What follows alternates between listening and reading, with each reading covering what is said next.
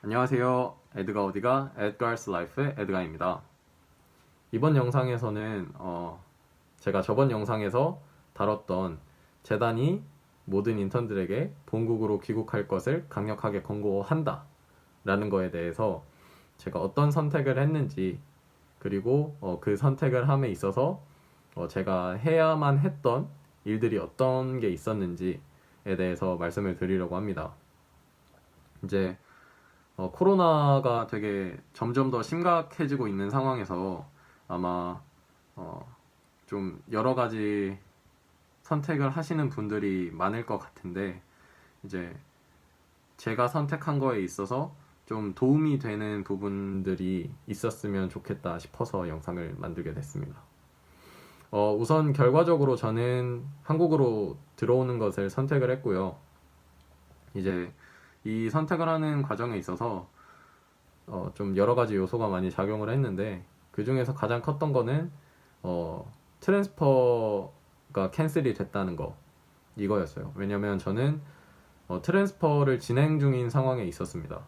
그래서 원래 있던 회사에서 좀 안 맞아가지고 다른 회사로 이직을 하려고 이제 준비를 하고 있었고, 그 이직을 할 회사도 찾아놓은 상태였어요. 그래서 이제 재단에서 오케이, 너 여기 가서 일해도 돼 라고 승인만 나면 이제 가서 일을 하면 되는 상황이었는데, 코로나 때문에 이제 모든 이 트랜스퍼가 캔슬이 된 거죠. 근데 이런 상황이 이해가 안 가는 상황은 아니었어요. 왜냐하면은 이제 주변에 뭐 한국인뿐만 아니라 외국에서 온 다른 인턴들도 나 해고됐어, 아니면은 우리 회사 문 닫을 것 같아, 뭐 나 지금 무급휴가가 언제까지 될지도 모르겠어. 근데 그 동안에 이제 내가 렌트도 페이해야 되고, 뭐 차 보험이며 뭐 다른 돈 나갈 거는 지속적으로 쭉 나가는데 벌이가 없으니까 어떻게 버텨야 될지 모르겠어 라고 하는 친구들도 되게 많았기 때문에 이해가 안 가는 상황은 아니었어요. 그래서 저는 이 트랜스퍼가 캔슬이 됐다는 소리를 듣자마자 저는 한국으로 돌아오는 비행기 표를 예약을 했어요. 근데 이게 제가 되게 어리석었던 게, 그렇게 빨리 표를 예매를 하면 안 됐던 게, 왜냐면 저는 차를 팔아야 됐기 때문에 좀 기간을 넉넉히 잡고 표를 예매를 했었어야 되는데, 저는 그 생각을 못 한 거예요. 그냥 빨리 한국으로 빨리 돌아가야겠다 라는 생각만 하고 있었기 때문에.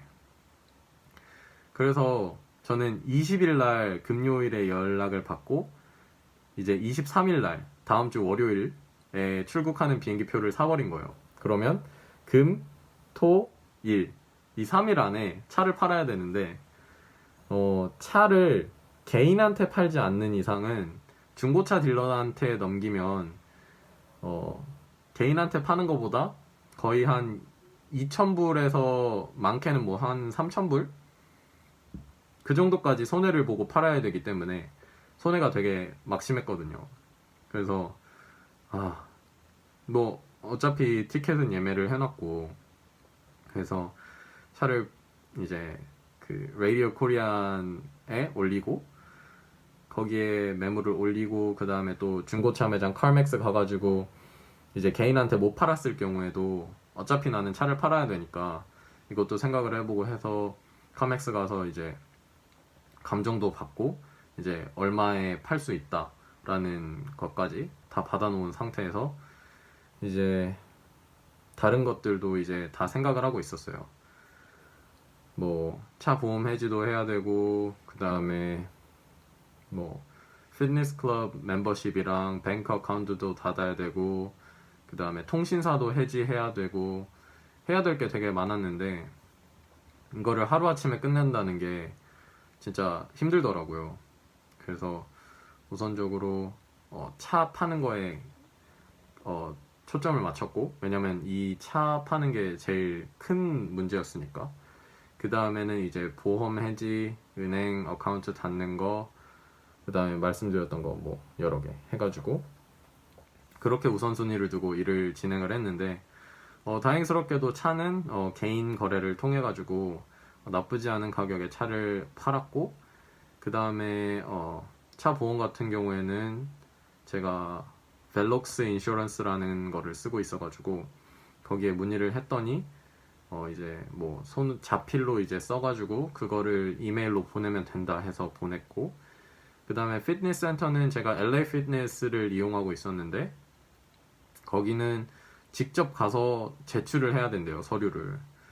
근데 그 당시에는 모든 그 피트니스 클럽이 문을 닫은 상태여서 그게 불가능해서 한국으로 돌아가서 이제 친구한테 부탁을 해가지고 그거를 낼 생각을 하고 있었고, 그 다음에 뱅크 어카운트 같은 경우에는 굳이 이 뱅크 어카운트를 닫지 않아도 된다라 그래서 저는 그냥 남겨둘 생각으로 그냥 그거는 닫지 않고 왔고, 그 다음에 통신사 같은 경우에는 제가 AT&T를 쓰고 있었는데 프리페이드 폰이었거든요. 그래가지고 이게 어로페이를 하지 않으면 이제 이게 다시 리필이 돼서 뭐 데이터가 나가고 뭐 이런 게 아니었기 때문에 그냥 오토페이만 그냥 꺼주고 그리고 돌아왔어요. 근데 여기서 문제가 항공편이었는데 이제 금요일이었나 토요일이었나 그때 연락이 딱 온 거예요. 아니다, 일요일이다. 일요일 날 딱 연락이 왔는데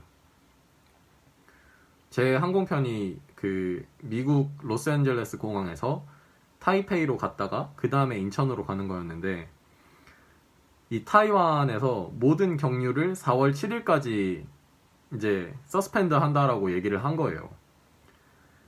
그러면은 내가 원래 사놨던 이 항공권은 쓸모가 없어지게 되는 거잖아요.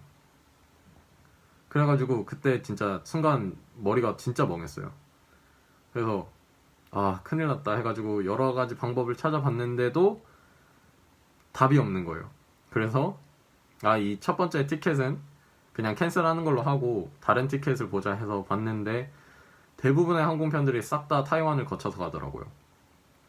그래서 항공권 찾기가 진짜 어려웠어요. 아니면은 너무 비싸거나 해가지고 찾다가 도쿄 나리타 공항을 경유해서 가는 티켓을 하나 찾았는데 그때 소문이 일본을 거쳐서 가면은 2주 격리를 해야 된다라는 소리를 들었어요. 그래가지고 이게 또 문제가 생긴 거죠. 그래서 이거를 어떻게 할까 생각을 하다가 제가 일본에서 인천으로 들어갈 때 제주항공 그거를 이제 이용해서 가는 거였기 때문에 제가 한국에 있는 친구한테 부탁을 했어요. 여기 전화해가지고 이거 어떻게 되는 건지 좀 물어봐 달라 라고 했더니 이제 그 친구가 전화를 해서 이제 알려줬는데 이제 미국에서 일본에 도착을 해서 비행기에 내리면 그 제주공항 항공 그 분들이 팻말을 들고 서 계신다. 그리고 여권이랑 뭐 신분 확인만 되면은 바로 티켓을 받아서 이제 체크아웃하지 않고도 바로 이제 경유를 해서 올 수 있다라고 얘기를 해서 저는 그 티켓을 이제 구매를 해서 이제 무사히 입국을 하게 됐습니다. 무사히 입국을 해가지고 이제 들어와서 검사를 하는데 이 검사가 생각보다 그렇게 까다롭고 뭐 이런 검사가 아니었어요. 그냥 들어갈 때 열 재고 그 다음에 어떤 그 자가진단 애플리케이션을 하나 다운을 받아가지고 거기에 뭐 정보 입력하고 그 다음에 나가면은 신원 확인을 해주시는 분들이 계세요. 그래가지고 뭐 가족이나 친구 뭐 다 되는데 이제 거기에 자가진단 앱에 입력한 그 번호로 이제 전화를 해서 지금 뭐 에드가 씨가 들어왔는데 이분이랑 어떤 관계세요? 라고 하고 막 이분 맞아요? 라고 해서 네 맞습니다 라고 하면은 끝이에요. 그러면은 인천공항 들어오는 절차가 다 끝이 나서 생각보다 진짜 뭐 다른 검사를 한다거나 뭐 이런 건 없었기 때문에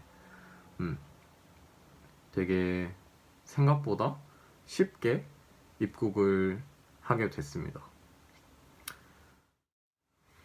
그래서 저는 지금 집에서 자가격리를 하고 있는 중이고 자가진단 앱을 하루에 한 번씩 이렇게 보고를 해야 되고 그 다음에 보건소에서 하루에 2번씩 전화가 오고 그러더라고요. 그리고 보건소에서 전화가 와서 코로나 검사를 받으러 오라고 해서 오늘 다녀왔고, 이제 결과가 내일이나 모레쯤이면 나온다고 하는데, 결과가 어떻게 나오는지는 다음 영상에서 제가 알려드릴 수 있을 것 같습니다.